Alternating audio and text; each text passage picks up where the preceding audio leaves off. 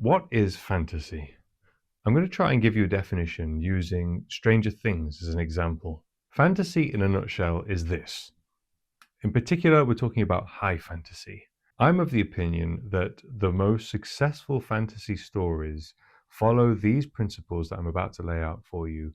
And the closer they come to adhering to these principles, the more popular the series or story is. This is the perfect opportunity to use Stranger Things to highlight this. There's a few other examples we could use: Star Wars, Lord of the Rings. This list is in fact derived from Lord of the Rings, but just to give you an idea of the scope of the applicability, we'll go for Stranger Things. So to begin with, we've got quest. Every series of Stranger Things, there's a quest dynamic. So always some journey into the unknown, into the dark realm, which needs to be undertaken in order to achieve the grand purpose of salvation from the dark forces. The stakes of the story are universal.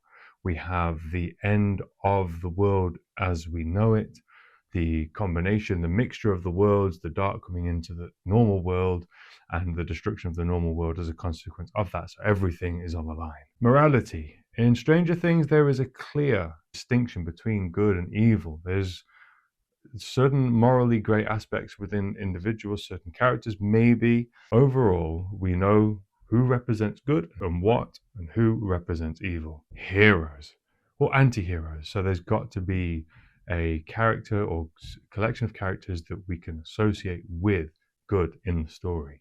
We can root for, and we want to succeed. And in their personal stories as well, we hope for the best for them. So there is conflict. There is a battle between the moral poles of good and evil.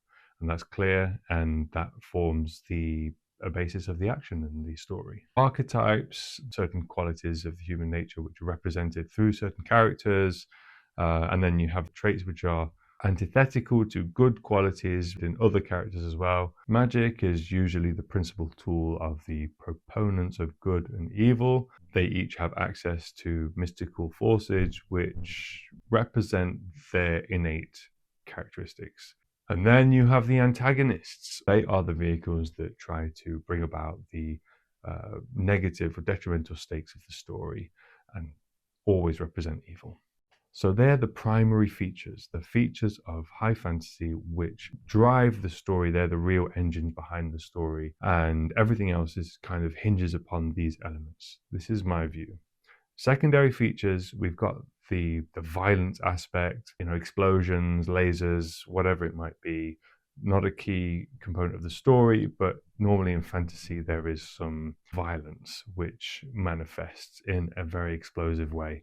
And that's part of the entertainment factor. We've got politics as well. Politics is something that makes the story interesting in another level, but it's more on a humanistic type level, behavioral level. And then, what do we have?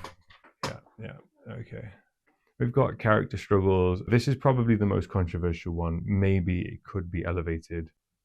And the world as well. The world is important. The world is not the issue which drives the story. It is the players, and it's the foundations which underpin the world, which motivates everything which happens.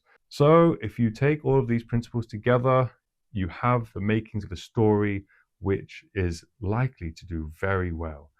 You can apply these principles to all of the stories which are the most successful of the last 100 years, however long, maybe even longer than that.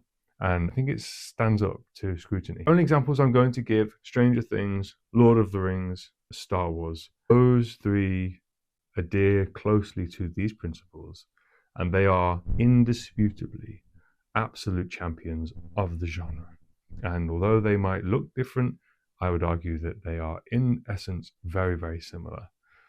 So you might have a completely different opinion. I'd be really interested to hear what you think of this, whether you think I'm completely off, whether you agree with me. And I look forward to speaking to you in the comments. Ciao.